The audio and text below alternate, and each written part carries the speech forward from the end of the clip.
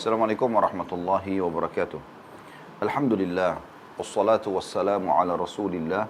Segala puji dan puja kehadirat Allah subhanahu wa ta'ala, juga salawat dan taslim kepada Nabi besar Muhammad sallallahu alaihi wa ala alihi wa sahbihi wasallam. Saudaraku seiman, semua manusia bisa berbuat salah, baik itu disengaja ataupun tidak disengaja. Hanya saja, sangat berbeda respon kalau kesalahan itu dihadapkan kepada Sang Pencipta Allah dengan kalau dihadapkan kepada manusia. Kalau dihadapkan kepada Sang Pencipta Allah, Allah itu punya sifat Tawwab, Ghafur, Ghaffar, zat yang menerima pengakuan kesalahan dan zat juga yang memaafkan kesalahan-kesalahan. Bahkan istilah Ghaffar, salah satu sifat Allah Subhanahu wa taala, kata para ulama tafsir adalah zat yang akan terus selalu menerima permintaan maaf dari hambanya selama hamba tersebut tidak jenuh dalam memohon ampunan kepada Allah Subhanahu wa taala. Dan sangat berbeda kalau kita hadapkan itu kepada makhluk. Kalau kita berhadapan dengan makhluk orang-orang yang beriman dan memahami tentang konsep agama atau syariat Islam, maka tentu mereka pun juga akan mengedepankan memaafkan. Karena mereka tahu memaafkan itu adalah sebuah ibadah, ya, dan memberikan kesempatan orang lain untuk menjadi lebih baik, untuk memberikan kesempatan menjadi lebih baik, ya. Tetapi kalau berhadapan sama orang-orang yang tidak beriman kepada Allah Subhanahu wa taala, ini berbahaya sekali. Karena konsepnya adalah mereka mendahulukan dendam, ya. Mereka justru membalas mungkin dengan fisik, mungkin dengan celaan, ya, dan segala macam hal. Dosa dibagi dua oleh para ulama. Ada dosa yang berhubungan dengan Sang Pencipta Allah Subhanahu wa taala, seperti orang berzina, ya, orang tidak sholat, dan Allah Subhanahu wa taala Maha menerima taubat hambanya. Dan ada dosa yang berhubungan dengan makhluk. Kalau yang berhubungan dengan makhluk ini juga dibagi oleh ulama menjadi beberapa bagian. Ada yang sifatnya pengambilan materi seperti orang mencuri misalnya, maka selain tobat kepada Allah Subhanahu wa taala, dia juga harus minta maaf dan mengembalikan materi tersebut. Ada perusakan citra seperti ghibah, ya, menggunjing, mencaci, ya, merusak namanya dalam memfitnah, maka ini harus bertobat kepada Allah Subhanahu wa taala, meminta maaf dan juga memperbaiki nama yang sudah rusak tersebut, ya. Kemudian juga ada kalau memukul secara fisik, menonjok, menjambak, menendang dan segala macam, ini ada kisos. Selain tobat kepada Allah Subhanahu wa taala, juga ada kisos. Kisos itu artinya permintaan maaf dulu kepada orang tersebut. Kalau dia tidak mau, dia mau balas secara fisik, maka itu hak dia, ya. Maka ini bagian-bagian daripada dosa-dosa yang telah dijelaskan oleh para ulama.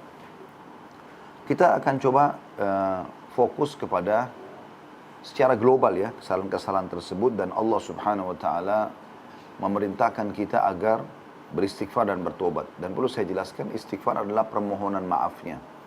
Misalnya kita mengatakan kalau kita buat salah, maafkan saya. Taubat itu adalah berikrar tidak akan mengulangi, ya, berikrar tidak akan mengulangi. Jadi kayak misalnya seseorang melanggar di kantor, lalu dia mengatakan kepada atasannya, saya minta maaf. Tidak cukup, maka dia akan tulis sebuah pernyataan kalau dia tidak akan mengulangi kesalahannya. Itu istilah istighfar dan taubat. Allah Subhanahu wa taala memerintahkan kita agar selalu bertaubat kepadanya. Di dalam ayat-ayat Al-Quran cukup banyak, diantaranya surah An-Nur ayat 30 sampai ayat 31. A'udzu billahi minasyaitonir rajim wa tubu ilallahi jami'an ayyuhal mu'minun la'allakum tuflihun. Dan taubatlah kalian, segeralah kalian kembali dan mengikrarkan pada Tuhan kalian tidak akan mengulangi kesalahan, wahai orang-orang beriman, agar kalian beruntung.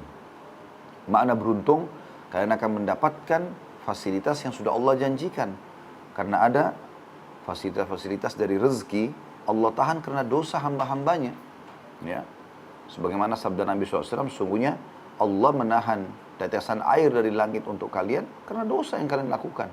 Ya, seperti itulah. Dan kita tahu juga kalau tidak turun hujan, musim kemarau, kita ada sholat istisqa.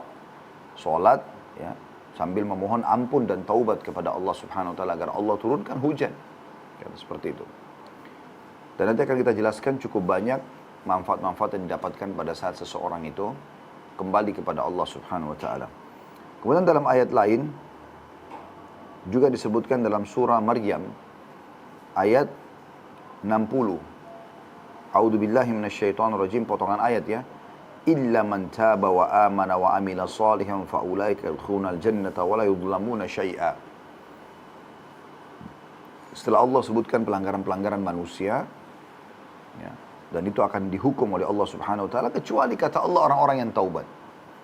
Di dunia kembali berhubungan dengan surah An-Nur tadi, mereka mendapatkan keberuntungan, yaitu dibukakan pintu-pintu rezeki, ya, diangkat penyakitnya dan segala macam masalah yang sedang dihadapi.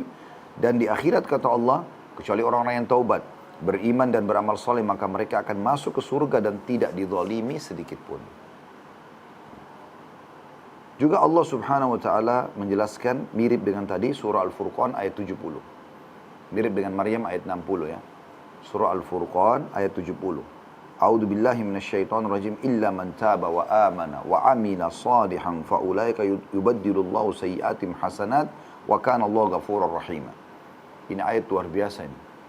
Jadi di ayat ini Allah pastikan kalau orang-orang itu betul-betul ikhlas dalam bertaubat, bukan hanya sekedar Allah maafkan kesalahannya, tapi Allah bisa ganti kesalahannya, dicatat sebagai sebuah pahala. Sebagaimana Allah jelaskan sini, terjemahannya adalah kecuali orang-orang yang bertobat dari dosa-dosanya, beriman dan beramal saleh, maka keburukan mereka diganti Allah dengan kebaikan. Allah Maha Pengampun lagi Maha Penyayang. Kemudian juga Allah memastikan dalam ayat 71, Al-Furqan 70 ya, ayat 71-nya Allah memastikan siapapun yang taubat Allah terima taubatnya, asal dia ikhlas. Wa man taba wa amila salihan fa innahu yatubu ila Allahi mataba. Dan barang siapa yang bertobat dan beramal saleh, maka sungguhnya dia bertobat kepada Allah dengan taubat yang sebenar-benarnya. Dan cukup banyak tentunya ayat-ayat yang membahas tentang masalah ini. Ya. Cukup banyak. Saya mungkin bisa menyebutkan tidak kurang dari 20, 30, bahkan puluhan ayat berbicara tentang masalah perintah Allah Subhanahu wa taala agar kita bertaubat, dan bagaimana Allah janjikan dosa-dosanya dimaafkan, bagaimana Allah janjikan termasuk orang-orang yang beruntung dan seterusnya. Jadi ini gambaran tentang masalah taubat tersebut ya. Kita juga tentu bisa tahu, kita bisa rasakan secara praktek ya di lapangan, kalau misalnya ada seseorang berbuat salah kepada kita, kemudian dia datang dengan merendah, dia mengatakan, maafkan saya memang bersalah, saya janji tidak akan mengulangi. Kira-kira bagaimana perasaan Anda? Kita tidak samakan dengan Allah Subhanahu wa taala, tapi Allah itu memang Rahim, Allah itu Maha Pengasih, ya. Maha Penyayang, Ar-Rahmanur Rahim. Allah itu sangat suka dengan taubat hambanya. Sampai dalam sebuah hadis Bukhari, kata Nabi SAW, sungguhnya Allah sangat gembira dengan taubat hambanya, agar mereka kembali ke jalan Allah. Mereka kembali ke jalan Allah SWT. Sungguhnya Allah sangat gembira dengan taubat hambanya, lebih gembira daripada seseorang di antara kalian pada saat dia membawa tunggangannya berikut seluruh harta yang dia miliki. Ya, kemudian dia melewati sebuah padang pasir yang tidak bertuan, kemudian dia istirahat di bawah sebuah pohon, lalu kemudian dia tertidur. Pada saat dia bangun, dia tidak temukan lagi unta dan seluruh hartanya, makanannya, pakaiannya, segala macam nggak ada, hilang bersama unta tersebut di padang pasir yang tidak bertuan, tidak ada penghuninya. Kemudian dia nyari keliling-keliling sampai dia sudah putus asa, lalu dia mengatakan, saya kembali aja ke pohon awal, ya, kemudian saya tidur. Semoga saja pada saat saya bangun nanti, ya, saya sudah meninggal dunia. Maka dia pun kembali, kata Nabi SAW, di bawah pohon tersebut. Kemudian dia tidur. Pada saat dia terbangun, dia kaget melihat ada unta dan bekalnya semua atau hartanya ada di sebelahnya. Maka Allah lebih gembira ya, dengan tobat hambanya daripada seseorang tadi menemukan kembali seluruh harta tunggangannya sehingga dia masih bisa melanjutkan kehidupan. Tobat itu indah sekali teman-teman sekalian. Ya, karena tobat itu kembali mensucikan jiwa kita, membersihkan kesalahan-kesalahan kita. Banyak sekali di antara sahabat Nabi Ridwanullahi alaihim sebelum masuk Islam, mereka jahat dengan Islam, tapi mereka masuk Islam lalu mereka bertaubat. Ada di antara mereka melakukan dosa, pada saat sudah masuk Islam pun, lalu mereka datang kepada Nabi SAW sambil menyatakan kesalahannya. Ya Rasulullah, saya telah binasa. Ada yang mengatakan telah mencium seorang wanita di pinggir kota Madinah, ada yang mengatakan telah menggauli istri di siang hari Ramadan, ada beberapa sahabat yang tidak menghadiri peperangan bersama Nabi SAW, tapi karena mereka bertaubat nasuha, maka Allah pastikan tobat-tobat mereka diterima. Ya. Dan akhirnya mereka hidup normal lagi kembali. Seperti umumnya orang-orang bisa memulai dengan amal-amal soleh yang baru. Ya. Bisa memulai dengan amal-amal soleh yang baru. Ya. Itu pernah juga terjadi di kasus Hatim bin Abi Balta'ah radhiyallahu anhu. Itu beliau sempat membongkar strategi atau waktu atau akan ada penyerangan dari Nabi SAW ke kota Mekah. Padahal Nabi SAW sudah wanti-wanti, ingatkan kepada para sahabat, jangan ada yang ceritakan ini ya kepada orang-orang Mekah, tidak boleh sampai kepada mereka. Dan strategi perang Nabi SAW, kalau beliau ingin target sebuah kota, maka beliau mengarahkan pasukannya ke kota yang lain. Seperti kasus pada saat beliau ingin menyerang Mekah, beliau tidak langsung ke Mekah, beliau nyerang arahnya ke Hawazim, kota Taif, sekitar 70-80 kilo dari kota Mekah. Nah, pasukan pun mengira akan ke situ. Nanti tiba-tiba beliau manuver pasukannya menyerang ke kota yang beliau jadikan target. Tapi ada beberapa sahabat yang Nabi SAW percaya dan kenal sudah lama masuk Islam. Nabi SAW sampaikan akan ada penyerangan begini dan begitu. Subhanallah, Hatim ini punya keluarga di Mekah yang dia tidak mau teman-temannya di Mekah atau keluarga di Mekah itu nanti kalau pasukan muslimin datang, dia tidak bayangkan tidak terjadi peperangan. Seperti kasus memang terjadi ya. Pembebasan kota Mekah itu tidak ada peperangan, tapi akan dimenangkan langsung oleh muslimin tanpa perlawanan gitu. Jadi dikuasai tanpa perlawanan. Karena tiba-tiba 10.000 pasukan sudah ada di dekat pintu gerbang Mekah dan mereka belum punya persiapan. Yang jelas teman-teman sekalian, Nabi SAW pada saat itu merahasiakan dan Hatim bin Abi Balta'ah menulis surat dan dikasih seorang budak wanita disuruh bawa ke Mekah, membongkar penyerangan itu. Nabi SAW dapat wahyu disuruhlah Zubair bin Awam dan Ali bin Abi Thalib radhiyallahu anhu, dua sahabat Nabi yang mulia ini, untuk mengejar wanita tersebut dan ditemukan ambil surat dari dia. Ringkas cerita, diambillah surat tersebut yang dililitkan di rambutnya dan isinya adalah pembongkaran tersebut. Lalu kemudian Nabi SAW menyampaikan kepada para sahabat, juga dipanggil Hatim lalu dikatakan, apa yang kau lakukan? Ya. Maka dia mengatakan, ya Rasulullah, apa adanya, dia jujur. Ya. Dia mengatakan, saya punya kerabat di Mekah. Kalian semua tidak punya kerabat lagi di Mekah. Saya masih punya kerabat. Dan saya khawatir nanti pasukan muslimin masuk menyerang, akhirnya mereka jadi korban. Maka saya ingin punya jasa di orang-orang Mekah. Dan tidak ada tujuan lain. Kata Nabi SAW, orang ini jujur. Lalu apa yang terjadi? Kata Nabi SAW, orang ini telah diselamatkan. Orang ini jujur, telah diselamatkan dengan kejujuran. Lalu kata Umar bin Khattab, ya Rasulullah, izinkan saya menebas lehernya. Kata Nabi SAW, jangan hai Umar. Bukankah kau, ya, apakah kau tidak mengetahui bahwasanya Allah SWT berfirman kepada ahli Badr, i'malu ma syi'tum, ya, faqad ghafartu lakum. Berbuatlah semua kalian, maka sungguh aku telah mengampuni dosa-dosa kalian. Maka kita lihat di sini bagaimana Nabi SAW segera menyambut taubat tersebut. Teman-teman sekalian, Abu Musa al-Asy'ari berkata tentang istighfar, taubat ini, dahulu kita memiliki dua pelindung dari azab. Jadi Allah tidak akan siksa karena ada dua hal. Salah satunya telah pergi, yaitu keberadaan Rasulullah SAW di tengah-tengah kita. Dan tersisa satu lagi, yaitu istighfar, bertaubat. Apabila ia juga sudah pergi, nggak ada lagi orang yang mau beristighfar, menganggap remeh dosa-dosa, nggak mau taubat kepada Allah, maka pastilah kami akan binasa. Ya. Ali bin Abi Thalib berkata radhiyallahu anhu dalam statement yang menarik sekali, dia mengatakan, yang aneh adalah orang yang binasa padahal keselamatan ada bersamanya. Itu sangat aneh terjadi. Jadi dia bisa binasa, dia kena penyakit kronis, bangkrut usahanya, ya, tiba-tiba cerai rumah tangganya, tidak diberikan keturunan, segala macam hal. Dia bisa merasa terganggu dengan itu. Sementara ada keselamatan bersamanya. Dia bisa selamat dari itu semua. Bisa dapat keturunan, bisa sembuh penyakit kronisnya, bisa selamat dari kebangkrutan usaha dan segala macam. Maka orang-orang bertanya, apa keselamatan yang Anda maksudkan? Kata Ali radhiyallahu anhu, istighfar.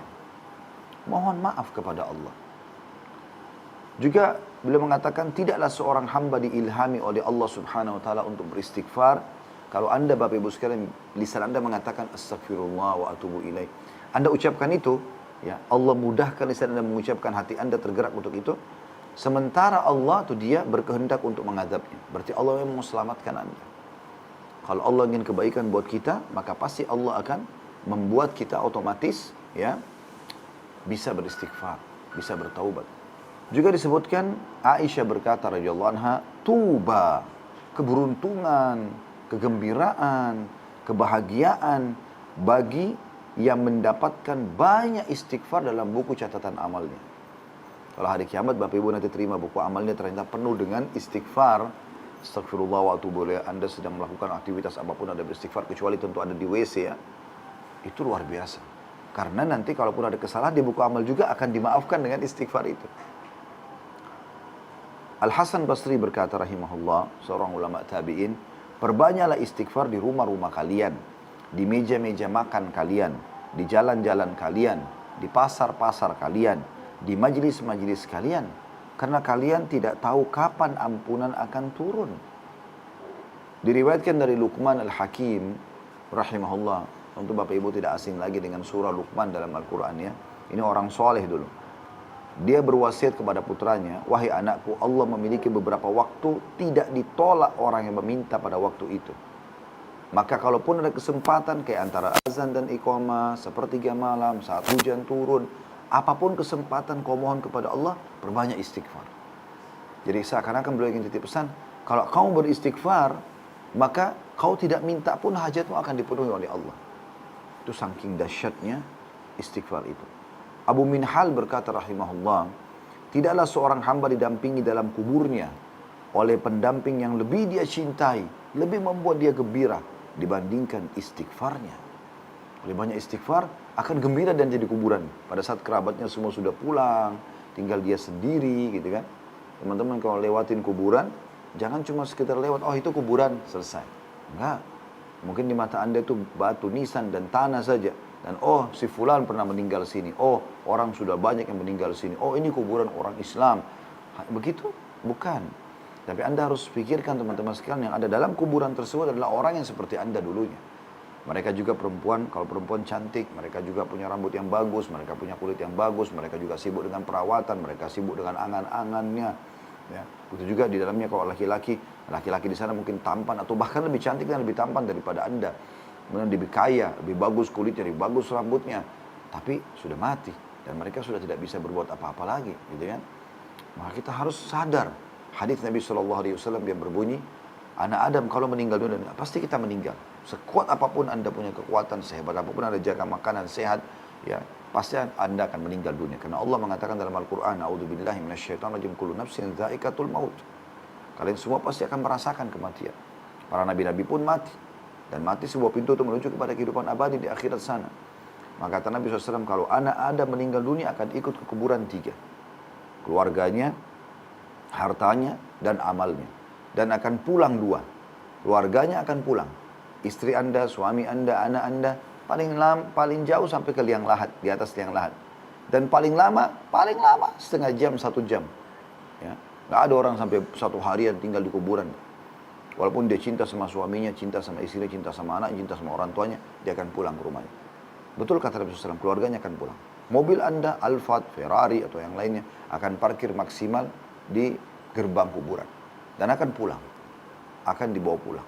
Itu tidak akan mungkin ya Anda masukkan ke liang lahat. Dan tidak ada berguna buat orang mati mobil itu. Maka jadi warisan. Yang tinggal adalah amal. Nah amal yang paling baik ya, adalah istighfar. Istighfar kepada Allah Subhanahu wa ta'ala. Juga ada seorang saleh berkata, hamba berada di antara dosa dan nikmat. Keduanya tidak akan menjadi baik kecuali dia mensyukuri nikmat dan dia beristighfar terhadap dosa-dosanya. Itu statement yang luar biasa. Sahal berkata, ditanya tentang istighfar yang menghapus dosa, dia menjawab, permulaan istighfar adalah menjawab panggilan Allah. Awal kalau Anda mau bertobat dan istighfar, Anda tiba-tiba cenderung ingin ya kembali kepada Allah Subhanahu wa taala. Kemudian Anda akan ya membawa tubuh Anda, hati Anda kembali kepada Allah Subhanahu wa taala dan tunduk terhadap hukum-hukumnya. Sehingga Anda akan menikmati perbuatan baik dan menikmati yang halal serta Anda akan menjauhi perbuatan yang haram dan dilarang. Ibnul Jauzi berkata, iblis berkata, ya sudah tahu iblis pimpinan syaitan. Dan memang dia selalu menanamkan permusuhan. Dia mengatakan, aku membinasakan anak cucu Adam dengan dosa. Dan mereka membinasakanku dengan istighfar dan la ilaha illallah. Manakala aku melihat hal itu ada pada mereka, aku tanamkan hawa nafsu pada mereka, di mana mereka berbuat dosa tapi tidak beristighfar, karena mereka mengira diri mereka berbuat baik. Ya. Jadi banyak orang begitu, dia pikir dia bisa, ya, dia tidak apa-apa dengan buat dosa. Enggak, bisa berbahaya. Mirip sama Anda, beda nggak teman-teman sekalian? Anda kan misalnya kalau sudah punya perusahaan sendiri atau Anda kerja di kantor, kita ambil contoh sebagai pegawai lah.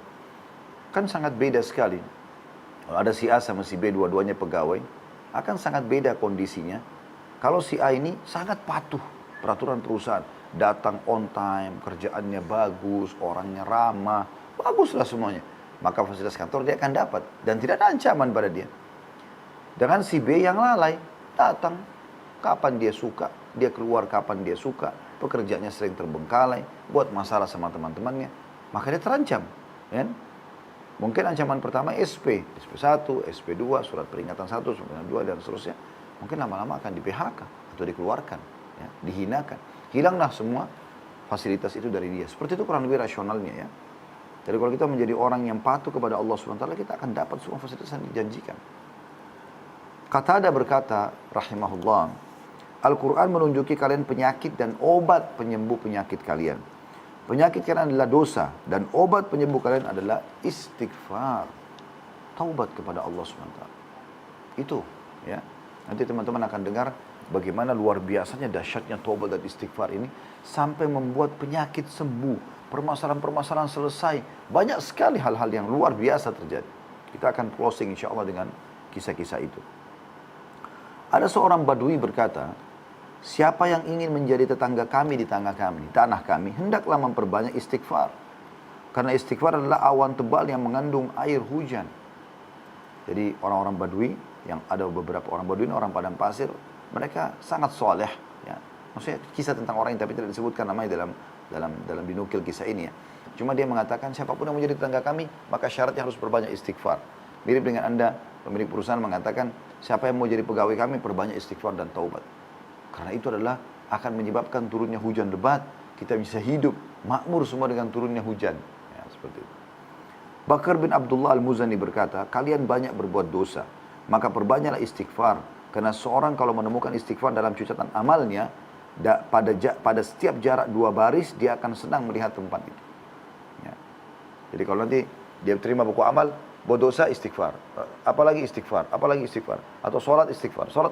Jadi istighfar itu banyak sekali. Maka dia akan sangat senang di akhirat. Ibnu Taimiyah berkata rahimahullah, pikiranku terpaku pada sebuah masalah yang sulit bagiku. Maka aku beristighfar kepada Allah 1000 kali, sampai dadaku dilapangkan dan masalah yang sulit terpecahkan. Aku kadang berada di pasar, masjid atau sekolah, tapi hal itu tidak menghalangiku dari zikir dan istighfar sampai aku meraih apa yang aku inginkan. Apa yang Anda inginkan, ya, mau mudah dikabulkan, ikuti dengan istighfar. Itu dengan istighfar. Dijamin dengan izin Allah Subhanahu wa taala akan diterima oleh Allah Subhanahu wa taala. Kita akan dengarkan kisah-kisahnya nanti, ya. Waktu-waktu yang dianjurkan istighfar, ya, tentu setiap saat ada istighfar, ya, tapi waktu-waktu yang sangat ditekankan adalah selepas sholat. Nabi SAW beristighfar minimal 3 kali atau 3 kali, ya, bukan minimal, memang 3 kali setelah sholat. Astagfirullah, astagfirullah, astagfirullah, untuk membersihkan kalau ada kesalahan pada saat sholat itu sendiri. Juga yang kedua adalah dianjurkan istighfar, terutama diperbanyak, ya, di sepertiga malam. Ya, 3 jam, 4 jam sebelum subuh. Itu dipuji oleh Allah Subhanahu wa ta'ala. Ya, sebagaimana dalam hadis yang sahih, ya. Hadis ini diriwayatkan oleh Bukhari dan Muslim, bahwasanya Nabi SAW bersabda, Rob kita turun pada setiap malam ke langit dunia ketika hanya tersisa sepertiga malam yang terakhir. Lalu ia berfirman, barang siapa yang berdoa kepadaku, maka aku akan kabulkan. Barang siapa yang meminta kepadaku, maka aku akan berikan. Dan barang siapa yang memohon ampun kepadaku, maka aku akan ampuni. Di saat itu Allah maafkan. Ya. Allah Subhanahu wa ta'ala menyebutkan banyak tentang masalah ini, ya. Anda bisa buka kalau pegang di aplikasi handphonenya, surah Al-Imran ayat 17. Allah perintahkan perbanyak istighfar di waktu ashar, di waktu sahur, ya. Kita biasa makan sahur sepertiga malam, ya, 2-3 jam sebelum subuh gitu. Dalam surah Al-Imran ayat 17, A'udzubillahi minasyaitonirrajim, as-sabirina was-sadiqina wal-qanitina wal-munfikina wal-mustakfirina bil ashar. Orang-orang yang sabar, yang jujur, yang selalu taat, dan menafkahkan harta yang jalan Allah, bersedekah. Dan yang memohon ampun di waktu sahur atau di akhir malam. Ya. Dalam surah Az-Zariyat juga ayat 17 sampai ayat 18. Surah Az-Zariyat ayat 17 sampai 18 berbunyi, A'udzu billahi minasyaitonir rajim. Kanu qalilan minal laili ma yahja'un wa bil ashari hum yastaghfirun. Ya. Saya harap teman-teman diluangkan waktu untuk melihat ayat-ayat ini ya, supaya Anda juga tadabbur. Ya, kalaupun ada mohon maaf, kalau ada yang belum bisa baca Al-Quran pun bisa baca terjemahannya ya. Jadi Allah mengatakan ciri hamba-hamba Allah itu mereka sedikit tidur di malam hari. Karena mereka sibuk dengan sholat malam, mereka bermunajat pada Tuhannya, berduaan sama Tuhannya ya. Dan di akhir-akhir malam mereka memohon ampun kepada Allah. Di akhir-akhir malam mereka memohon ampun kepada Allah Subhanahu wa ta'ala. Ya. Saya pernah punya pengalaman teman-teman sekalian di Masjid Haram Mekah. Semoga Allah SWT mudahkan lagi kita menginjakkan kaki di sana insya Allah umrah dan haji ya. Karena sekarang masa pandemi agak sulit ya untuk menjangkau di sana. Itu pas menjelang subuh, kami lagi tunggu subuh, ada satu orang jenggotnya sudah putih gitu, dia keliling. Saya nggak bisa dengar apa yang dia ucapkan karena Masjid Haram sangat luas gitu ya. Dari jauh dia menghadap ke saf, kayak kelompok saf orang-orang gitu, dia kasih isyarat tangannya, sambil mulutnya mengucapkan sesuatu, tapi saya tidak tahu apa yang dia ucapkan, sambil dia ucapkan sesuatu. Dia pindah lagi ke sisi yang lainnya, ya kumpulan karpet yang lain saf lagi, dia bicara juga. Sampai tiba di tempat kami, di kelompok saya sama teman-teman yang saf ini ya. Karena di Masjid Haram kan biasa dipisahkan dengan jalan untuk memudahkan orang untuk masuk akses masjid. Maka begitu dia datang baru saya tangkap dia mengatakan, "Hai saudara-saudaraku, ya ikhwani, hada waktu ashar, ini waktunya sahur yang Allah sebutkan dalam Al-Quran. Istighfir, berbanyak istighfar." Disuruh istighfar kepada Allah Subhanahu wa taala. Ya.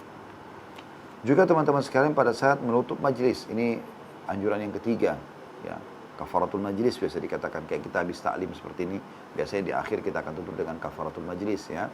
Atau teman-teman habis duduk apa saja, habis kerja suatu di kantor atau apalah yang Anda kerjakan gitu kan. Itu semuanya teman-teman sekalian Anda tutup dengan kafaratul majlis. Dalam sebuah hadis Rasulullah SAW bersabda atau membaca pada saat beliau mau berdiri, Subhanakallahumma rabbi wa bihamdik la ilaha illa anta astaghfiruka rabbi wa atubu ilaik. Maha suci engkau ya Allah, ya Rabbi, wahai penciptaku, aku memujimu. Tidak ada Tuhan yang berhak disembah kecuali engkau, aku memohon ampun kepadamu ya Rabb, dan aku bertaubat kepadamu. Kata Nabi SAW, atau seseorang bertanya, ya Rasulullah, betapa seringnya Anda membaca doa ini setiap kali mau berdiri dari satu majlis. Maka kata Nabi SAW, la yakuluhunna min ahadin hina yakum min majlisi illa gufira lahu ma kana minhu bidzalikal majlis. Ketahuilah, tidak ada seorang pun yang mengucapkan pada saat mau berdiri, ya, dari manapun ya, orang-orang soleh biasanya kalau orang sudah paham ini, mereka habis makan, ngobrol sama keluarganya pun berdiri baca kafaratul majlis. Habis pengajian begitu juga, habis ngobrol sama teman-teman, ya, nongkrong-nongkrong atau apa saja, habis bekerja pun, ya, mungkin dia tidak sengaja ada sesuatu yang dia kerjakan, terselip di situ dosa, tontonan atau apa. Dia berdiri, kata Nabi SAW, tidak ada seorang pun mengucapkan ketika bangkit dari tempat duduknya, kecuali diampuni semua dosa-dosanya dalam majlis itu. Yang keempat juga memohon ampunan bagi orang yang sudah meninggal. Ya, ini akan dimaafkan karena Nabi SAW pernah mengantar jenazah sambil mengatakan istaghfiru li akhikum wasalullahu bit-tathbit fa innahu al-ana yus'al. Istighfar akan membuat saudara kalian yang sudah meninggal ini. Nah, dan mintalah untuknya agar dia bisa kokoh dalam menjawab pertanyaan malaikat. Ya, karena dia sekarang akan ditanya. Seperti itulah. Dan tentu istighfar bisa dilakukan pada kapanpun. Ya, diperintahkan oleh Allah SWT kapanpun. Dan Allah Subhanahu Wa Taala memerintahkan Nabi Muhammad SAW agar beristighfar untuk dirinya. Padahal Nabi SAW diampuni dosa-dosanya yang telah lalu. Anda bisa lihat itu di dalam Al-Quran, dalam surah Muhammad ayat 19. A'udzu billahi minasyaitonir rajim. Wastaghfir li dzambika walil mu'minina wal mu'minat wallahu ya'lamu mutaqallabakum wa mathwaakum. Dan mohonlah ampunan bagi dosamu dan bagi dosa orang-orang mukmin, laki-laki dan perempuan. dan Allah mengetahui tempat kamu berada dan tempat tinggalmu. Tadi Allah pun memerintahkan Nabi Muhammad SAW untuk istighfar dan taubat. Para Nabi SAW itu dikenal, para Nabi dikenal ma'sum. Ma'sum itu maksudnya kalau ada kesalahan langsung Allah tegur, langsung Allah maafkan. Jadi nggak dibawa sampai ke akhirat. Kalau kita kan manusia biasa masih bisa saja terbawa sampai di akhirat kalau kita tidak taubat. Tapi para Nabi-Nabi langsung pada satu kali kesalahan ditegur oleh Allah SWT langsung dimaafkan. Makanya Nabi SAW juga mengingatkan kepada kita agar kita ini selalu rutin istighfar, astagfirullah wa atubu, lagi naik tangga, lagi naik lift, lagi apalah nunggu sesuatu, jangan diam mulutnya dan jangan selalu mengucapkan sesuatu yang kosong yang nggak ada gunanya. Ya, saya pernah praktikin teman-teman 1 menit itu sebenarnya dengan Anda mengatakan astagfirullah wa atubu ilaih, astagfirullah wa atubu ilaih, astagfirullah wa atubu. Lafaz istighfar yang paling sederhana ya. Itu bisa 100 kali Anda ucapkan. Dan Nabi SAW mengatakan, wallahi demi Allah, inni la astaghfirullah wa atubu ilaihi fil yaumi aktsara min 70 marrah. Demi Allah, aku betul-betul beristighfar kepada Allah dan bertobat kepadanya dalam satu hari itu lebih daripada 70 kali. 70 kali Nabi SAW ulang itu. Hadis diriwayatkan oleh Imam Muslim. Juga dalam hadis yang lain riwayat Imam Muslim juga, tubu ilallahi wastaghfiruh. Tobatlah kalian segera kepada Tuhan kalian dan memohon ampunlah, istighfarlah. Fa inni atubu fil yaumi 100 marrah. Aku beristighfar kepada Tuhan Allah itu 100 kali. 100 kali dalam sehari. Ya. Juga teman-teman sekalian, kita akan coba lebih dalam menekankan tentang manfaat apa sih yang didapatkan kalau orang istighfar dan taubat ya. Kalau bahasa ceramahnya itu supaya mudah difahami fadilahnya, keutamaannya. Teman-teman dapat apa kalau pada istighfar dan taubat ya. Jadi tadi itu baru seperti pembukaan dari bahasan kita, seperti apa perintah-perintah Allah SWT dan Rasulullah SAW tentang istighfar. Ya. Dan statement para ulama salaf tentang dahsyatnya istighfar. Sekarang kita akan masuk manifestasi dan buah daripada istighfar itu sendiri. Yang pertama teman-teman sekalian, istighfar adalah ibadah. Artinya dengan astagfirullah wa atubu ilaih misalnya, itu bukan hanya sekedar membersihkan dosa, tapi akan dicatat sebagai sebuah pahala untuk Anda. Beranjak daripada firman Allah Subhanahu wa taala dalam surah Al-Mu'min ayat 55. A'udzu billahi minasyaitonir rajim. Fasbir. Al-Mu'min ayat 55 ya. Fasbir inna wa'dallahi haqqun wastaghfir li dzambika wasabbih bihamdi rabbika bil 'ashyi wal ibkar. Artinya, maka bersabarlah kamu karena bersabar maksudnya dalam ketaatan kepada Allah ya. Ada kesempatan berdosa sabar, ada kesempatan beribadah dan ada godaan syaitan untuk supaya malas, sabar. Sabar dalam cobaan harian. Dan sabar ada 3 ya. Sabar dalam mengerjakan ketaatan kepada Allah SWT kayak sholat, kayak puasa, baca Quran dan segala macam. Yang kedua sabar dalam meninggalkan dosa, ada kesempatan dosa kita sabar. Dan yang ketiga adalah berjanji kepada sabar terhadap cobaan harian kayak gangguan orang, sakit dan segala macam. Allah mengatakan bersabarlah kaum Muhammad dan ajarkan juga umatmu untuk bersabar. Karena sungguhnya janji Allah itu benar. Nanti kalian akan dapat pahala dan balasan, akan masuk surga di akhirat. Dan apa yang dijanjikan di dunia bagi orang-orang yang berbuat kebaikan akan diberikan. Dari rezeki, keturunan dan segala macam. Dan mohonlah ampunan untuk dosamu.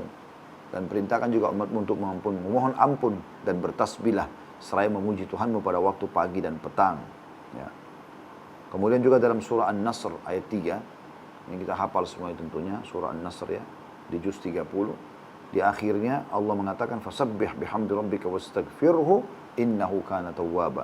Bertasbihlah dan memuji Tuhanmu dan mohonlah ampunan kepadanya, sungguhnya Dia Maha menerima taubat hamba-hambanya. Nah, jadi perintah, berarti kan dalam bentuk ibadah. Selain membersihkan kesalahan juga mendapatkan pahala. Dan ini tidak mungkin terjadi pada manusia. Misalnya Anda melakukan pelanggaran di perusahaan, Anda minta maaf. Tidak mungkin dengan minta maaf itu dapat bonus. Mungkin belum ada perusahaan lakukan itu. Yang ada mungkin menerima maafnya iya. Tapi kalau begitu minta maaf langsung dikasih bonus, ini luar biasa. Allah SWT lakukan itu. Juga dalam surah An-Nisa ayat 106, ini manifestasi pertama ya. Buah hasil pertama kalau Anda bertaubat dan istighfar. Yaitu Anda mendapatkan nilai pahala di situ. Dalam surah An-Nisa ayat 106 juga Allah berfirman, A'udzubillahi minasyaitonirrajim, wastaghfirillah innallaha kana ghafurar rahima. Beristighfarlah, mohon ampunlah kepada Allah, sesungguhnya Allah Maha Pengampun lagi Maha Penyayang. Dan cukup banyak tentunya anjuran-anjuran Allah Subhanahu wa taala agar kita bertobat dan beristighfar. Saya coba tutup di poin pertama ini teman-teman sekalian dengan satu ayat Al-Quran dan satu lagi hadis Nabi SAW. Yaitu surah Al-Maidah ayat 74, masih di poin pertama ya, manifestasinya. Al-Maidah surah nomor 5 ayat 74. A'udzu billahi minasyaitonir rajim, afala yatubuna ilallahi wa yastaghfiruna wallahu ghafurur rahim. Maka mengapa mereka tidak taubat kepada Allah dan memohon ampun kepadanya, dan Allah Maha Pengampun lagi Maha Penyayang.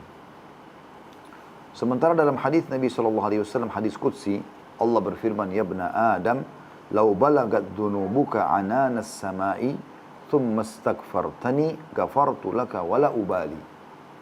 Wahai anak Adam, seandainya dosa-dosamu mencapai langit, penuh langit semua dengan dosamu, kemudian kau memohon ampun atau beristighfar kepadaku, maka niscaya aku akan mengampunimu dan aku tidak peduli. Allah SWT tidak peduli dengan dosa kita. Yang penting kita mau beristighfar dan bertobat. Tapi ingat ya teman-teman, ini dua hal yang selalu bersambung ya. Istighfar, memohon ampun, pengucapan maafnya, dan taubat. Taubat itu berikrar tidak mengulanginya. Ya. Maka Imam Nawawi mengatakan, taubat seorang hamba diterima dengan 3 syarat. Yaitu yang pertama, dia meninggalkan dosa itu seketika. Misalnya lagi berzina, lagi berbohong, lagi riba, dia berhenti. Yang kedua, menyesali. Dan yang ketiga, dia berjanji sama Allah tidak akan mengulanginya. Ya. Jadi jangan sampai Anda bilang, oh kalau begitu gampang kita istighfar saja, nanti dosa istighfar lagi. Bukan begitu maksudnya. Ya. Itu mirip kalau Anda tarik rasionalnya di kantor, udah saya sekarang mengatakan saya minta maaf, tapi nanti saya akan ulangi, kalau ada kesempatan saya akan curi lagi barang, saya akan ini dan itu. Maka tentu Anda akan dikeluarkan, gitu kan? Anda akan dijauhkan dari rahmat Allah Subhanahu wa taala kalau berhubungan dengan Allah Subhanahu wa taala. Tapi kalau orang misalnya dia pernah berbuat dosa, kemudian dia satu waktu memang dia tidak niat sebenarnya, ya di awal dia tobat, kemudian satu waktu 5 tahun, 10 tahun kemudian dia terjerumus lagi dalam dosa yang sama, karena lemah imannya, dan dia menyesali, dia kembali, Allah akan terima tobatnya. Tapi kalau orang jadikan sebagai bahan mainan saja, tidak apa-apa dia pegang dulu, cium dulu dan segala macam, nanti istighfar. Nah, bukan begitu maksudnya. Ya. Itu yang pertama teman-teman. Jadi dia manifestasinya adalah manfaat yang Anda dapatkan itu dicatatkan pahala. Jadi selain bersihkan dosa juga dicatatkan pahala. Yang kedua, istighfar termasuk sebab rezeki. Ya, saya yakin ini tidak ada orang yang kalau ditanya, apa kau mau rezeki, dia mengatakan tidak. Ya. Dan bayangkan itu rezeki kan, mobil, rumah, pasangan yang sempurna, ya baik gitu kan, anak-anak, harta, pekerjaan, jabatan, nama harum dan segala macam. Dan istighfar itu jelas menjadi penyebab itu. Disebutkan oleh Allah Subhanahu wa taala di dalam surah Nuh ayat 10 sampai ayat 12. Surah Nuh ayat 10 sampai 12. Ini menggambarkan bagaimana Nabi Nuh menyampaikan kepada kaumnya ya. Dan Allah nukil kepada kita supaya kita mengamalkan juga, karena itu dinukil dalam Al-Quran. Sekali lagi surah Nuh, ayatnya ayat 10 sampai ayat 12. Bunyinya, a'udzubillahi minasyaitonirrajim, faqultu astaghfiru rabbakum innahu kana ghaffara yursilis samaa'a 'alaikum midrara wa yumditkum bi amwalin wa banina wa yaj'al lakum jannatin wa yaj'al lakum anhara. Artinya, maka aku katakan kepada mereka, ya Allah. Nabi Nuh berkata pada kaumnya, mohonlah ampun kepada Tuhanmu, beristighfarlah. Faqultu astaghfiru rabbakum. Aku katakan beristighfarlah kepada Tuhanmu. Sesungguhnya Dia Maha Pengampun. Niscaya dengan istighfar itu, Dia akan mengirim hujan kepadamu dengan lebat dan memperbanyak harta dan anak-anakmu dan mengadakan untukmu kebun-kebun dan mengadakan pula di dalamnya untukmu sungai-sungai. Pernah ada 3 orang datang berhubungan dengan ayat ini. Ada 3 orang datang kepada Hasan Basri rahimahullah. Yang satu sudah lama nikah nggak punya anak, yang satu sudah lama bekerja nggak kaya-kaya, yang satu kena penyakit nggak sembuh-sembuh. Tapi 3-tiganya sudah ikhtiar. Datang di waktu yang bersamaan, satu masuk keluar, sudah dikasih solusi langsung keluar, masuk lagi yang satu dan seterusnya. Pertama datang orang mengatakan, saya sudah 10 tahun menikah, sudah berobat sana sini, dan keluarga kami juga subur, tapi kami belum dikarunia anak.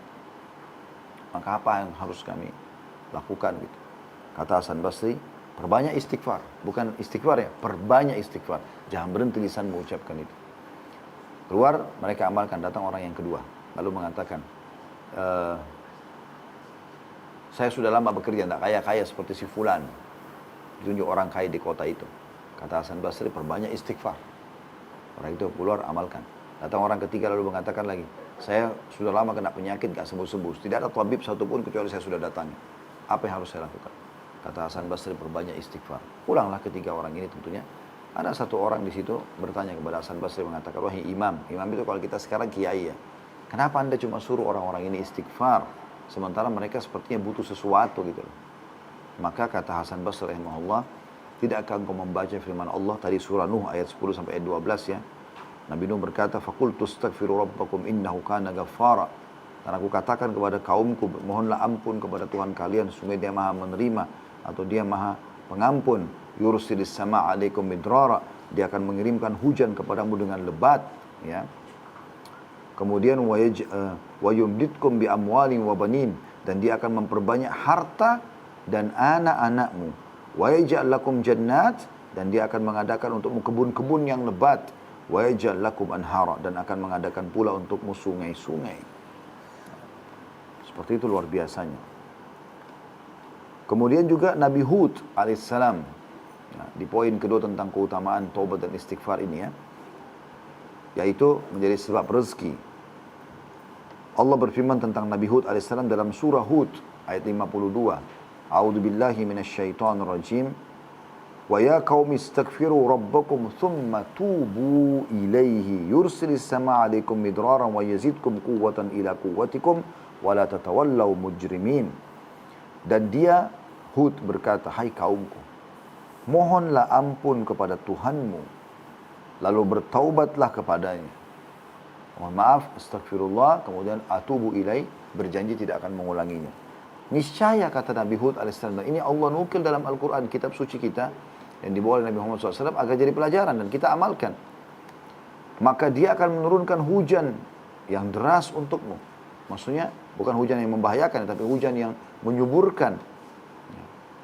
Dan Dia akan menambahkan kekuatan kepada kekuatanmu. Kata ulama, kekuatan fisik, ya, ilmu, harta. Dan jangan kamu berpaling dengan berbuat dosa. Artinya setelah istighfar jangan sampai kembali lagi berbuat dosa. Al-Qurtubi berkata dalam tafsir surah Hud ayat 52, di dalam ayat-ayat ini terdapat dalil bahwa istighfar digunakan untuk meminta rezeki dan hujan. Juga Ibnu Katsir rahimahullah berkata dalam tafsir beliau, maksud ayat Hud ayat 25 tadi yang sudah, ayat 52 maaf, jika kalian bertobat dan memohon ampunan kepada Allah serta kalian mentaatinya, niscaya Allah akan memperbanyak rezeki kalian, memberi kalian minum dengan nikmat-nikmat langit, mengeluarkan untuk kalian nikmat-nikmat bumi, menumbuhkan untuk kalian tumbuh-tumbuhan, mengalirkan untuk kalian air, dan menjadikan untuk kalian kebun-kebun. Di dalamnya terdapat berbagai macam buah-buahan, dan Dia Allah akan menyelingi di antara kebun-kebun itu sungai-sungai mengalir. Jadi luar biasa bagaimana ya manfaat yang didapatkan, rezeki akan melimpah. Umar bin Khattab radhiyallahu anhu berpegang dengan makna-makna dalam ayat surah Hud ayat 52 tadi. Dan beliau ya, ketika meminta hujan turun radhiyallahu anhu, ya, beliau keluar bersama dengan masyarakat pada saat beliau jadi khalifah, dan beliau melakukan sholat istisqa, kemudian beliau beristighfar, dan tidak lebih dari itu hingga beliau pulang. Beliau habis sholat langsung istighfar kepada Allah, agak semua tobat kepada Allah. Lalu ada yang bertanya kepadanya, kami tidak mendengarkan Anda memohon hujan. Anda tidak bilang, ya Allah turunkan hujan buat kami. Anda tidak merengek itu, Anda cuma mengatakan astagfirullah wa atubu ilaih. Ajak orang-orang istighfar dan tobat. Umar menjawab, aku memohon hujan dengan majadis sama. Ya, majadis sama itu maksudnya adalah sesuatu yang memang bisa mengundang hujan itu turun. Maksudnya tadi istighfar itu yang merupakan tanda turunnya hujan. Kemudian dia membaca surah Hud tadi yang sudah kita bacakan. Ya. Jadi bagaimana Allah Subhanahu Wa Taala memastikan istighfar itu, ya, di poin kedua mendatangkan rezeki itu tadi dalam surah Hud akan turun hujan.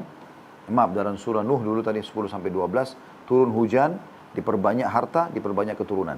Dalam surah Hud ayat 52 itu diturunkan hujan, ya, sehingga kebun-kebun lebat, hewan-hewan bisa hidup, manusia bisa hidup karena sungai, laut semuanya ya terisi. Kemudian juga ditambahkan di sini keutamanya adalah dia akan diberikan kekuatan fisik. Ya. Kemudian di ayat yang lainnya, ya, Allah Subhanahu wa taala memastikan akan melimpahnya nikmat diberikan kalau orang bertobat dan istighfar. Anda bisa lihat surah Hud ayat 3. Tadi kan Hud ayat 52, ini Hud ayat 3. Allah berfirman, "A'udzubillahi minasyaitonir rajim. Wa in istaghfiru rabbakum thumma tubu ilaihi yumatti'kum mata'an hasanan ila ajalin musamma."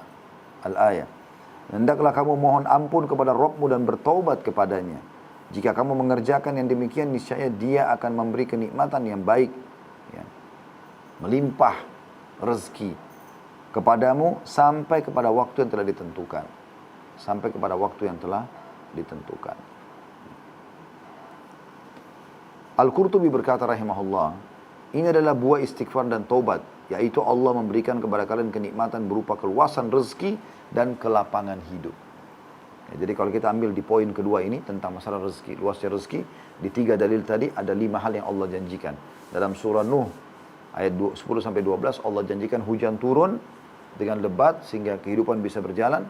Kemudian Allah akan perbanyak harta, perbanyak keturunan. Ya, sudah 3. Dalam surah Hud ayat 52 Allah katakan selain turun hujan, Allah tambahkan ini keutamaan yang keempat, Allah akan berikan kekuatan fisik, ya, kecerdasan. Kemudian juga di ayat Hud yang ketiga, Hud ayat 3, Allah SWT akan menjanjikan akan terus, ya, mengkontinyukan rezeki dan kebutuhan terpenuhi. Jadi 5 hal yang dijanjikan. Itu luar biasa. Nabi Muhammad SAW bersabda berhubungan dengan masalah ini dalam hadis sahih diriwayatkan oleh Ahmad dalam musnadnya, Al-Hakim dalam Mustadrak, dan juga Ibnu Majah menyebutkan dalam sunannya. Kata baginda Nabi SAW, "Man akthara istighfara ja'alallahu lahu min kulli dhiqin makhraja wa min kulli hammin faraja wa razaqahu min haitsu la yahtasib." Barang siapa memperbanyak istighfar, niscaya Allah akan menjadikan untuknya jalan keluar dari setiap kesempitan dan kelapangan dari setiap kesedihan, dan Allah akan memberikan rezeki dari arah yang tidak disangka-sangka. Jadi selain tadi 5 keutamaan di 3 ayat, ya, surah Nuh 10-12, surah Hud ayat 52 dan surah Hud ayat 3, juga dalam hadis ini ditambahkan lagi. Tadi di 3 surah itu ada 5 keutamaan, ya. Diturunkan hujan, diperbanyak rezeki, diperbanyak harta, diperbanyak keturunan. Kemudian diberikan kekuatan fisik dan juga akan diberikan kenikmatan yang tidak terputus-putus. Nah, dalam hadis ini dikatakan siapa yang memperbanyak istighfar dan taubat, niscaya Allah akan berikan jalan keluar dari setiap kesempitan. Ini tambahan yang ke-6 berarti keutamanya. Gitu kan. Maksudnya di poin kedua, ya, masih masalah rezeki nih. Allah berikan jalan keluar dari kesempitan dan kelapangan dari kesedihan, dan Allah memberikan rezeki dari arah tidak disangka-sangka. Jadi dengan istighfar dia akan mendapatkan rezeki yang dari tempat yang tidak disangka-sangka. Itu keutamaan yang kedua. Jadi keutamaan yang pertama, manifestasi daripada atau buah hasil daripada istighfar dan taubat itu adalah Anda akan dicatatkan pahala. Dengan astagfirullah wa atubu dapat pahala. Yang kedua akan jadi penyebab rezeki, sudah kita jelaskan dalilnya panjang lebar. Sekarang yang ketiga, istighfar adalah penyebab masuk ke dalam surga. Ya. Jadi nanti di akhirat Anda akan selamat. Apalagi kalau Anda amalkan namanya sayyidul istighfar, tuannya istighfar. Sebagaimana Nabi SAW bersabda dalam hadis Shaddad bin Aus radhiyallahu anhu, sayyidul istighfar an taqul, tuannya istighfar adalah engkau mengucapkan Allahumma anta rabbi, ya Allah sungguhnya engkau adalah penciptaku, la ilaha illa anta khalaqtani, tidak ada Tuhan yang berhak disembah kecuali engkau dan engkau menciptakan aku, wa ana abduka, dan aku adalah hambamu, wa ana ala ahdika, dan aku selalu berada di atas kesepakatan janji denganmu. Maksudnya beriman dan meninggal dalam keadaan iman, ya. Wa wa'dika, dan yakin dengan janji-janjimu, mastata'tu, semampuku. A'udzu bika min syarri ma sana'tu, aku berlindung kepadamu dari keburukan yang aku lakukan. Wa abu'u laka bi ni'matika alayya, dan aku mengakui nikmat-nikmatmu padaku. Wa abu'u laka bi dzambi, dan aku juga mengakui dosa-dosaku. Faghfirli fa innahu la yaghfiru dzunuba illa anta, karena tidak ada yang bisa, maka ampunilah aku karena tidak ada yang bisa mengampuni dosa kecuali engkau. Qala, maka beliau berkata, man qalaha minan nahari muqinan biha famata min yaumihi qabla an yumsiya fahuwa min ahli jannah. Siapa yang mengucapkan di pagi hari ini, yakin dalam hatinya bahwasanya ini perintah Allah dan yakin Allah akan terima itu, yakin dari hatinya, kemudian dia meninggal sebelum tiba sore hari, maka pasti dia masuk surga. Wa man qalaha minal laili wa huwa muqinun biha famata qabla an yusbiha fa huwa min ahli jannah. Dan sampai membacanya di sore hari, ya, atau menjelang malam hari, kemudian dia meninggal sebelum pagi hari, maka dipastikan dia termasuk hadis surga. Hadis sahih diriwayatkan oleh Bukhari. Yang keempat, istighfar adalah sebab dihapuskannya kesalahan-kesalahan atau dosa. Ya, jadi pertama dicatat pahala sebagai ibadah, yang kedua adalah penyebab rezeki, yang ketiga adalah sebab masuk surga, yang keempat akan dimaafkan kesalahan-kesalahan. Qatadah mengatakan, saya ingatkan lagi rahimahullah, tadi sudah kita sebutkan sebelumnya tapi saya ulangi lagi. Sungguh Al-Quran menunjukkan kalian tentang penyakit dan penyembuh kalian. Penyakit kalian adalah dosa, adapun penyembuhnya adalah istighfar. Maka istighfar adalah sebab dihapuskan dosa, kesalahan dan keburukan. Dan Allah sudah menyebutkan dalam Al-Quran surah Al-Imran ayat 135. Al-Imran ayat 135. Yang bunyinya, A'udzubillahi minasyaitonirrajim. وَالَّذِينَ إِذَا فَعَلُوا فَاحِشَةً أَوْ ظَلَمُوا أَنفُسَهُمْ ذَكَرُوا اللَّهَ فَاسْتَغْفَرُوا لِذُنُوبِهِمْ وَمَن يَغْفِرُ الذُّنُوبَ إِلَّا اللَّهُ وَلَمْ يُصِرُّوا عَلَى مَا فَعَلُوا وَهُمْ يَعْلَمُونَ. Dan juga orang-orang yang apabila mengerjakan perbuatan keji atau menganiaya diri sendiri, mereka ingat pada Allah, lalu memohon ampun terhadap dosa-dosa mereka. Dan siapa lagi yang dapat mengampuni dosa-dosa selain Allah? Dan mereka tidak meneruskan perbuatan kejinya itu sedang mereka mengetahuinya. Abdullah bin Mas'ud berkata radhiyallahu anhu, di dalam kitab Allah subhanahu wa ta'ala terdapat dua ayat.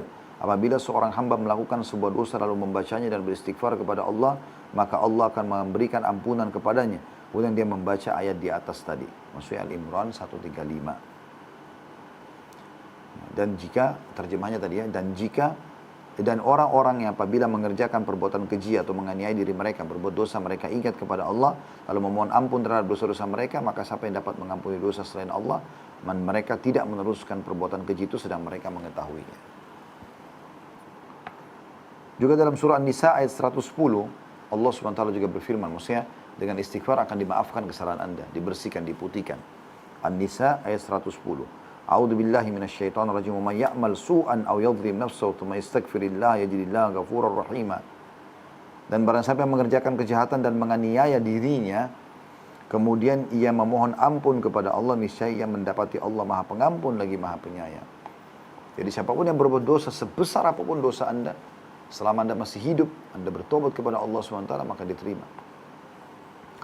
Ali berkata radhiyallahu anhu, aku adalah laki-laki yang apabila mendengar sebuah hadis dari Rasulullah SAW, Allah subhanahu wa ta'ala memberiku manfaat dengan suatu manfaat yang dia kehendaki.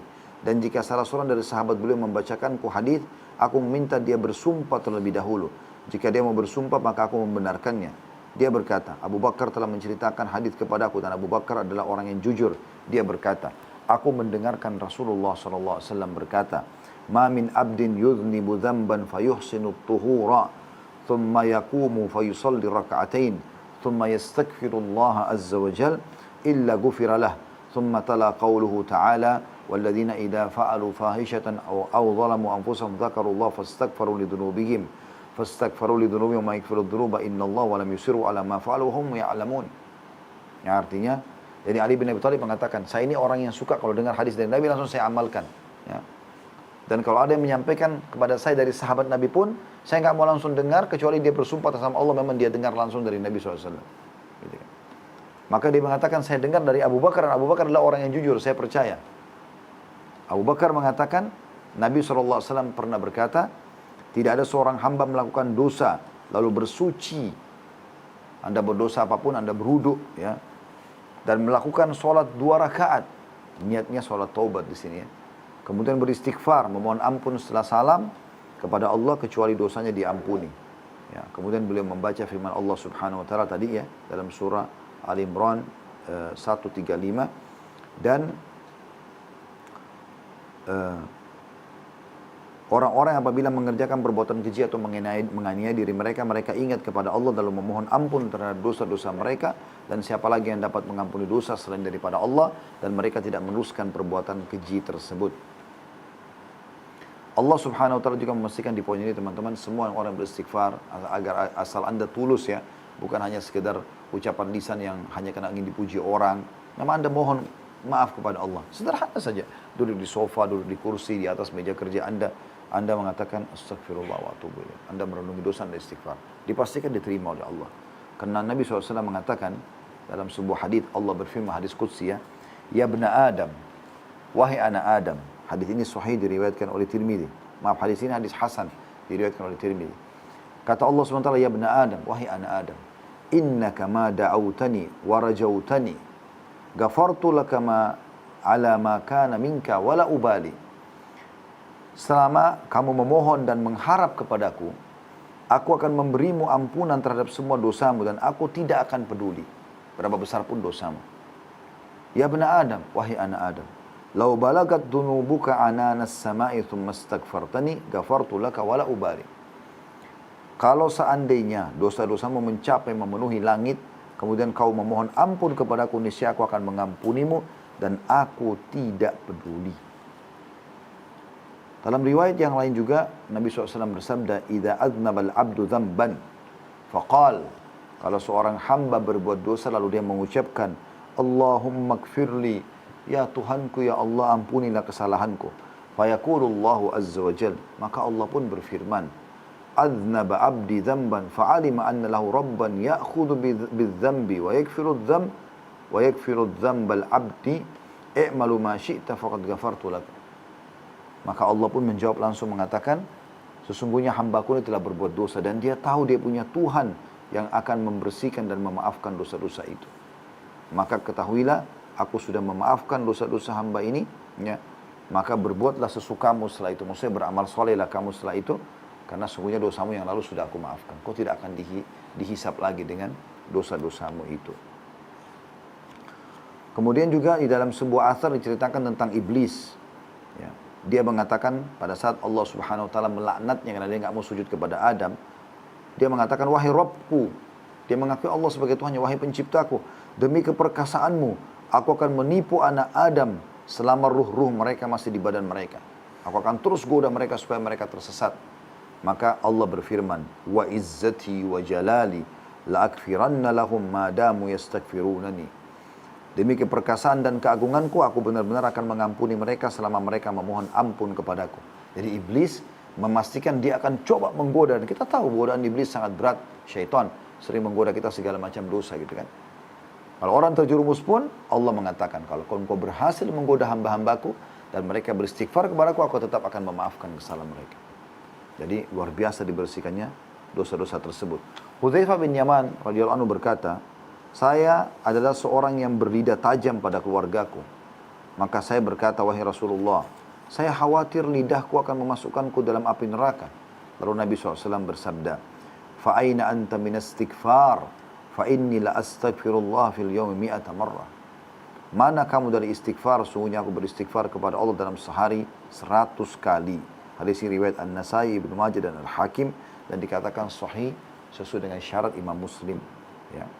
Jadi itu luar biasa. Bagaimana Allah Subhanahu wa taala memaafkan kesalahan-kesalahan dengan istighfar. Begitu juga dengan hadis Abu Sa'id radhiyallahu anhu, bahwasanya Rasulullah SAW bersabda, "Man qala hina ya'wi ila firashi." Siapa yang membaca atau mengucapkan pada saat dia tidur di atas ranjangnya mau istirahat malam, "Astaghfirullahal azim alladzi la ilaha illa huwal hayyul qayyum wa atubu ilaih." 3 marrat, ghafarallahu lahu dzunubah. Sampai membaca pada saat mau tidur, aku beristighfar kepada Allah yang maha agung, yang tidak ada Tuhan yang berhak disembah kecuali Dia, yang maha hidup dan terus-menerus mengurus makhluknya, dan aku taubat kepadanya. 3 kali dia ucapkan. Astaghfirullahal azim alladzi la ilaha illa huwal hayyul qayyum wa atubu ilaih. Astaghfirullahal azim alladzi la ilaha illa huwal hayyul qayyum wa atubu ilaih. Astaghfirullahal azim alladzi la ilaha illa huwal hayyul qayyum wa atubu ilaih. Maka dibersihkan semua dosa-dosanya yang lalu. Wa in kanat mithla zabadil bahr, bahkan walaupun dosanya sebanyak buih di lautan. Wa in kanat adada warakis syajar, walaupun sejumlah daun-daun pohon dosanya. Wa in kanat adada ramlil alij, walaupun sebanyak ya hitungan pasir. Wa in kanat adada ayyamid dunya, walaupun sebanyak hari-hari dunia. Hadis ini riwayat Tirmidzi dan diriwayatkan juga oleh Bukhari dalam tarikh dan dengan lafaz yang berbeda. Ya. Jadi ini luar biasa. Jangan leputkan ini teman-teman, setiap mau tidur malam hari baca 3 kali, tidak mengambil waktu. Astaghfirullahaladzim, alladzi la ilaha illa huwal hayyul qayyum wa atubu ilaih. Diampuni dosanya, perhatikan lafadznya kata Nabi SAW. Diampuni dosanya, ya, kalau dia baca 3 kali. Walaupun sebanyak buih di lautan, walaupun sebanyak jumlah daun-daun pohon, walaupun sebanyak pasir, butiran pasir, walaupun juga sebanyak hari-hari dunia. Itu luar biasa. Hanya dengan 3 kali kita ucapkan. Dalam riwayat yang lain, gufirat dzunubu wa in kana farra minaz zahaf. Dalam riwayat lain, riwayat Zaid radhiyallahu anhu, niscaya diampuni dosa-dosanya walaupun dia lari dari peperangan. Ya, walaupun dia lari dari peperangan. Ini diriwayatkan Abu Daud, Tirmidzi dari hadis Zaid. Al-Hakim mengatakan sahih sesuai dengan syarat Bukhari Muslim. Jadi lari dari medan perang itu adalah dosa besar. Tapi membaca istighfar model yang seperti ini, Astaghfirullahaladzim alladzi la ilaha illa huwal hayyul qayyum wa atubu ilaih, 3 kali pada saat mau tidur, itu dibersihkan dosanya walaupun lari dari medan perang. Itu luar biasa.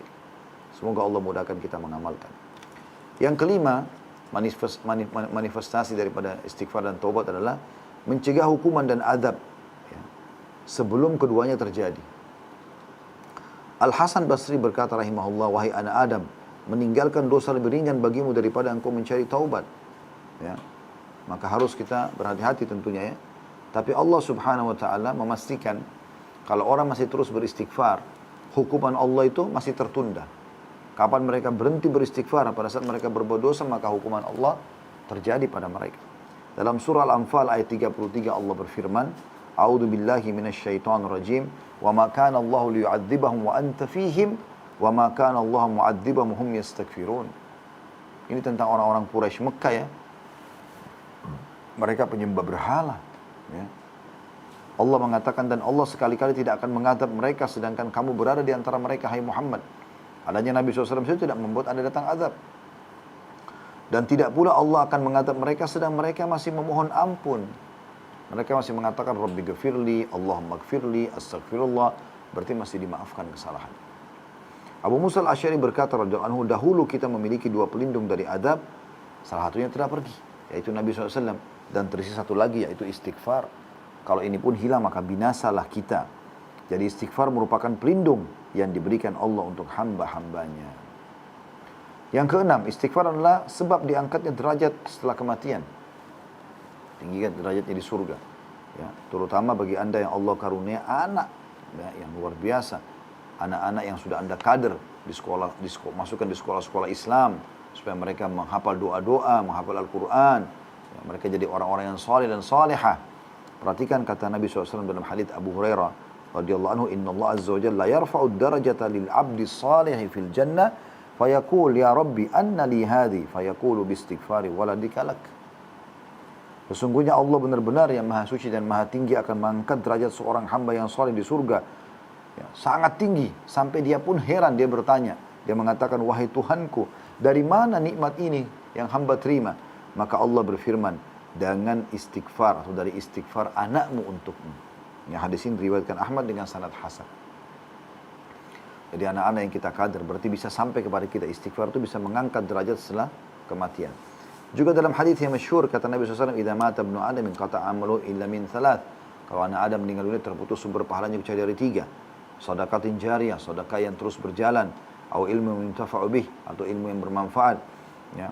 Aw waladin salihin yad'u lah, atau anak saleh yang mendoakan. Hadis ini riwayat Imam Muslim. Yang ketujuh, istighfar adalah sebab disucikannya hati.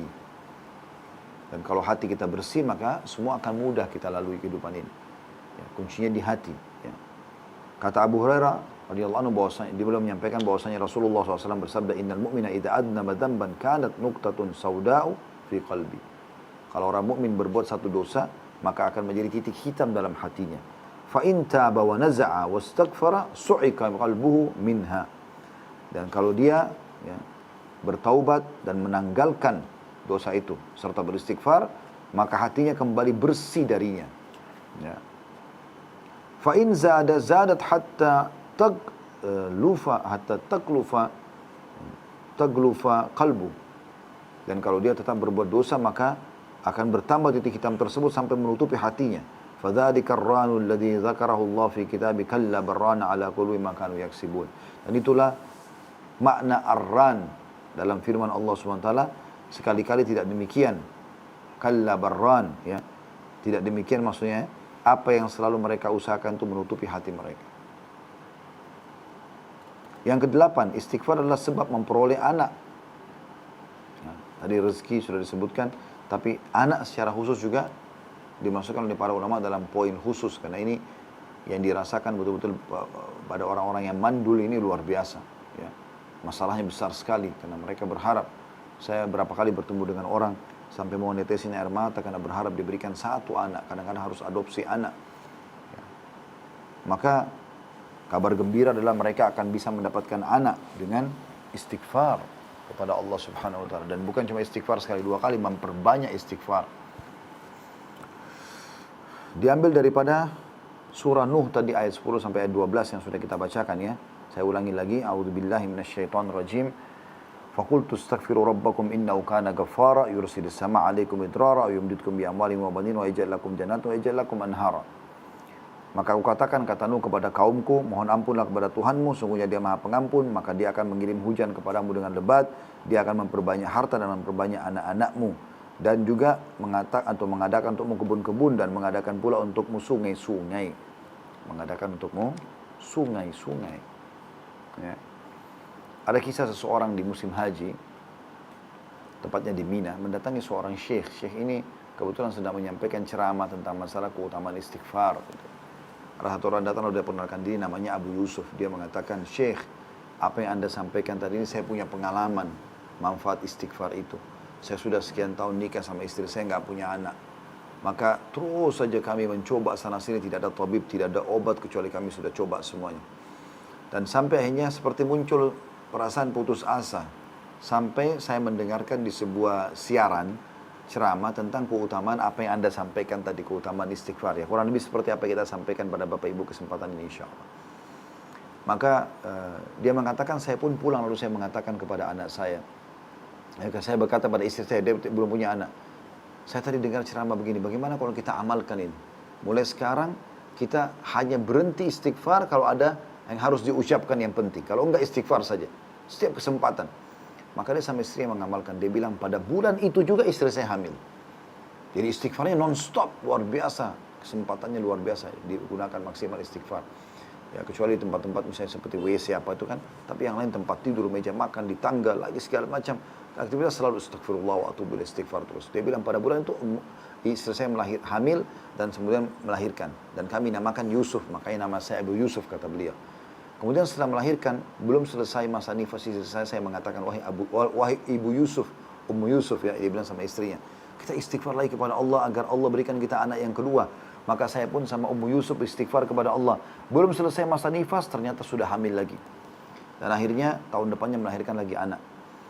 Baru melahirkan anak yang kedua, ya, saya mengatakan pada Ummu Yusuf, belum selesai nifasnya, saya mengatakan, wahai Ummu Yusuf, kita istighfar lagi kepada Allah.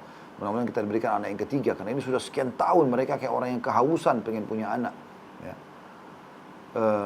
Maka dia pun sama istri beristighfar, lalu kemudian pas selesai masa nifas, hamil lagi. Dan subhanallah melahirkan anak ketiga. Dia bilang setelah lahir anak tiga-tiganya laki-laki. Dan sangat menggembirakan buat saya, dia bilang. Gitu kan. Maka Ummu Yusuf istrinya mengatakan, wahai Abu Yusuf, kita berhenti dulu istighfar khusus untuk minta anak. Istighfar untuk yang lain ya, rezeki atau apa yang, tapi anak sudah cukup biar anak-anak ini besar dulu. Dia bilang baiklah. Maka mereka sepakat untuk memberhentikan istighfar dengan niat dapat anak ya. Istighfar tetap dijalankan untuk minta rezeki yang lain.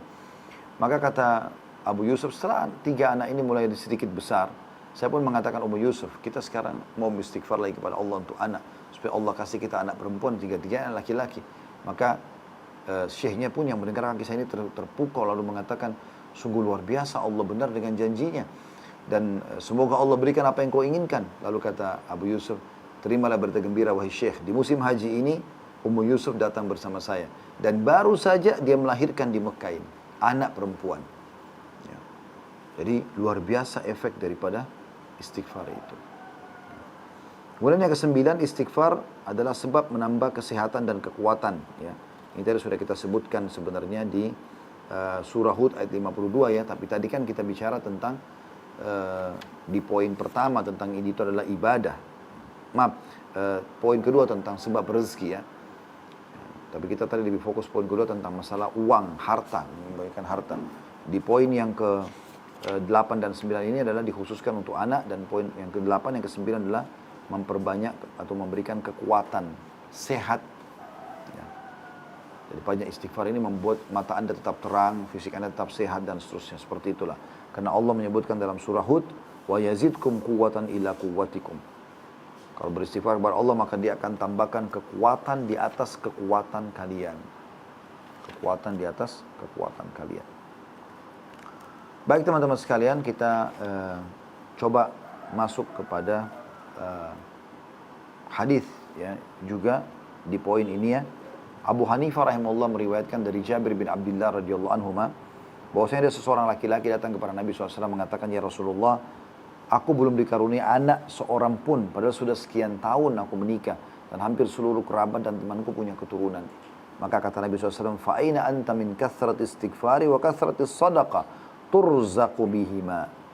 Mana kamu dari memperbanyak istighfar dan sedekah yang dengan keduanya kau pasti akan diberikan rezeki. Kata Jabir radhiyallahu anhu, laki-laki itu lalu memperbanyak sedekah dan istighfar. Lalu Jabir mengatakan, sambil mengatakan, kalau Jabir melihat orang itu ya, mengatakan maka orang itu dikaruniakan 9 anak laki-laki. Jabir melihat sendiri radhiyallahu anhu bahwasanya orang ini yang tadi memohon istighfar dan bersedekah tadi, Allah kasih dia tadinya mandul sekian tahun tidak punya anak, bisa dikarunia 9 orang anak laki-laki. Ya. Ini luar biasa, kisah yang luar biasa gitu. Ya. Bagaimana istighfar ini bisa mendatangkan manfaat. Ya. Kemudian juga ada kisah tentang seseorang dinukil oleh para ulama. Terjadi pertengkaran antara suami istri. Ribut. Kata si suaminya, saya udah meyakinkan pasti dari pertengkaran ini terjadi perceraian. Kami ribut semalam suntuk, ya. Saya sudah sumpah dan marah. Istri saya pun sudah begitu dan dia sudah mengemas semua bajunya dan dia akan pergi. Maka saya pun keluar rumah karena sudah tidak tahu harus berbuat apa, tidak ada lagi titik temu dari perkataan. Istri saya pun sudah nangis, pokoknya sudah mau pergi malam itu. Maka saya berserahkan kepada Allah, saya keluar dari rumah, saya nggak tahu harus kemana. Saya datangi sebuah masjid, ada masjid dekat rumah. Saya sholat malam 2 rakaat, baru selesai 2 rakaat saya temukan sudah azan subuh, maka saya ikut sholat subuh deh. Terus saya bilang sama diri saya habis selesai zikir segala macam, kalau saya pulang rumah juga istri saya sudah tidak ada. Udahlah, saya isi waktu sampai syuruk, sampai terbit matahari untuk istighfar kepada Allah. Dia bilang maka saya pun memperbanyak istighfar kepada Allah SWT. Terus saja. Selama waktu subuh sampai syuruk, biasanya ini 45 menit ya, sampai 50 menit biasanya. Terus dia istighfar kepada Allah. Dia bilang tiba-tiba kejadian nyata, ya, saya pulang ke rumah, kemudian saya temukan, waktu saya buka rumah, rumah harum. Ada bau wangi, ada masakan di atas meja makan, dan istri saya keluar sudah dandan dengan bersih, kemudian tersenyum. Lalu saya pun heran sambil mengatakan, bukankah kau sudah bertengkar dengan aku dan kau sudah akan pergi tinggalkan rumah? Dia mengatakan saya tidak tahu, kurang lebih ya berapa saat sebelum sekarang, selepas subuh tadi, dia bilang saya tiba-tiba saja merasa bersalah dengan kamu. Maka saya mau minta maaf. Kata si laki-laki ini, saya teringat, itulah waktu di mana saya beristighfar kepada Allah. Allah mengubah keadaan pasangan saya justru meminta maaf dan merasa bersalah. Itu luar biasa. Juga disebutkan teman-teman, ini yang saya bilang tadi, saya closing dengan kisah-kisah ya. Ini diantara kisah-kisahnya. Kemudian juga disebutkan dalam sebuah kisah dinukil oleh para ulama. Ada seseorang pedagang di pasar, dia dagang, teriak-teriak sana sini. Tidak ada sama sekali yang ya, beli barangnya. Semua pedagang lain laku kecuali dia. Sementara dia butuh sekali uang untuk makan pada hari itu. Terus saja dia ya, menawarkan, orang tidak ada yang membeli barangnya. Sampai akhirnya dia mengatakan, aku tiba-tiba teringat dengan hadis Nabi SAW. Tadi sudah kita bacakan hadisnya. Siapa yang melazimkan istighfar, rutinkan, maka Allah akan berikan dia kelapangan dari semua kesempitan yang dihadapi. Kesedihannya akan dihilangkan dan berikan rezeki dari tempat tidak disangka-sangka. Dia bilang, saya sambil duduk di tempat saya cuma mengucapkan itu, astagfirullah wa atubu ilaih, astagfirullah wa atubu ilaih. Begitu saja, tanpa menawarkan produk lagi. Dia bilang, satu kejadian yang luar biasa setelah berapa saat saya beristighfar kepada Allah, tiba-tiba bukan cuma konsumen di dalam pasar itu, para pedagang-pedagang pun datang dan memperebutkan produk-produk saya sampai habis semuanya. Yang terakhir teman-teman sekalian, kejadian nyata di Pakistan. Orang ini menceritakan, dan ini dinukil oleh banyak sekali ulama ya, kisah ini, dan ini baru saja terjadi, belum lama tentunya.